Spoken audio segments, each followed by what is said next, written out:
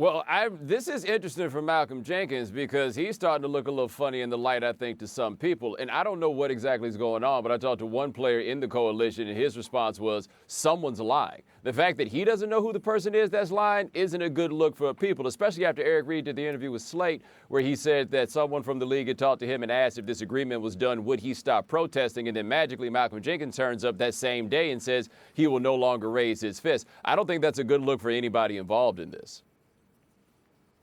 Well, look, I'm hesitant to go first. Second, I'd rather hear from Stephen A. and Bomani before I respond, but if you want Stephen A., I'm happy to go. Go ahead. Oh, no, go. I want to hear you first. Well, look, here's the thing. I don't want to be any fly in the ointment. You know, from the beginning, as I've had a voice of dissent on these protests, it hasn't been because of a lack of desire to see progress on issues that we can all agree on. The issue is on what issues do we agree and what issues do we disagree. The fact that there's now disagreement between players in the Players Coalition is nothing at all for anyone to be happy about. This is a shame because you would love to see these guys move forward on some semblance of progress that they can agree on.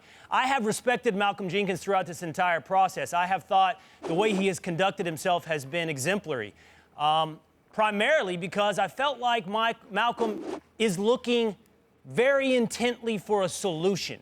Now, I don't know if $89 million coming from the owners is a solution, but I feel like it's a start. I feel like, you know, getting these guys to contribute $89 million over 7 years to some, and we'll see what the causes are. We know they include the United Negro College Fund, Dream Corps, whatever the Players Coalition hopes to donate to.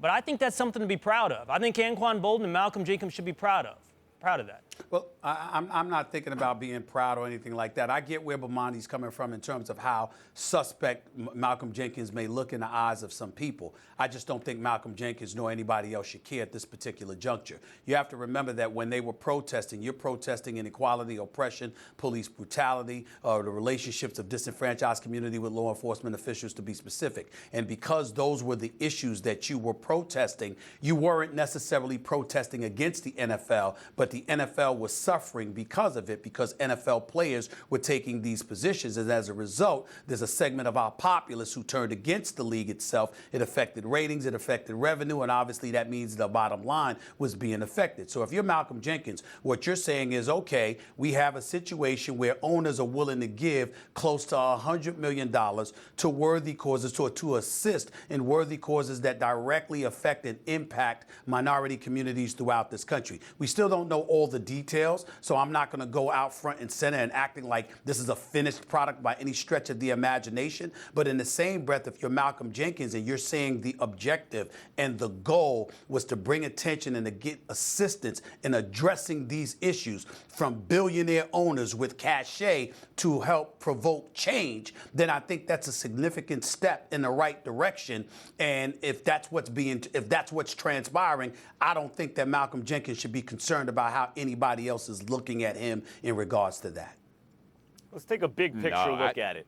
For people who think this is a good look, it's like, look, you got $89 million to good causes out of the owners, so he stops protesting. If it's a bad look, oh, so your speech is worth $89 million. Even if it's to charity, still they kind of bought you off.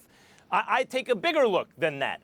The protest began with Colin Kaepernick because he said, forget about specifically interactions between law enforcement and communities of color for a second. It's the basic gist of it is, I don't feel right standing for this when there is social injustice that's the big picture.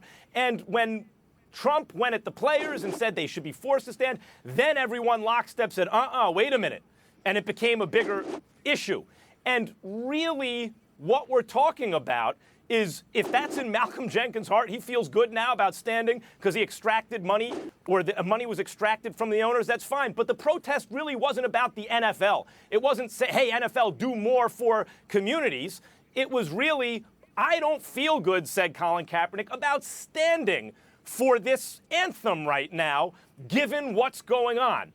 I don't know how the NFL really addresses that, which is why I think ultimately, even if they gave $1 billion, that's great that they did, but is that really what the protest is about? The protest is not about the NFL, which is why I've said from the beginning, or when we started talking and thinking about this, the only solution, it seems to me, that would be satisfactory in terms of ending the so-called protests is to say, fine, we'll have a ceremony. It's not compulsory. We won't have you on the field, but you can stay in the locker room during the ceremony. That seems to me to address things. Otherwise, great that they gave money. If Jenkins wants to stop protesting, good for him. If others feel that they don't want to, that's fine too.